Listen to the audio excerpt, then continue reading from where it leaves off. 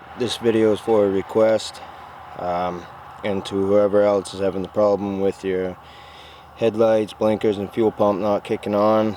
My first problem was this little red wire right here was unplugged. Had my whole bike torn apart, everything, and that's all it was that. Must have come unplugged. I put a new battery in it, so that was probably what made it come unplugged. Second time it did it, I looked at some more videos and everybody kept saying this plug and the ground was messed up, or you just squeezed it or whatever.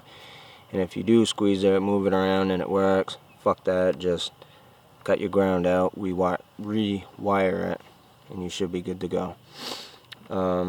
If you're looking at your wiring harness like this, not like that, but like this, the ground's that one right there, the green and black one, same on both sides. So just cut that, rewire it, and you should be good to go. If somehow it ain't that, then it's got to be a relay, tilt sensor, anything like that, or your kickstand sensor, I guess. I don't know. And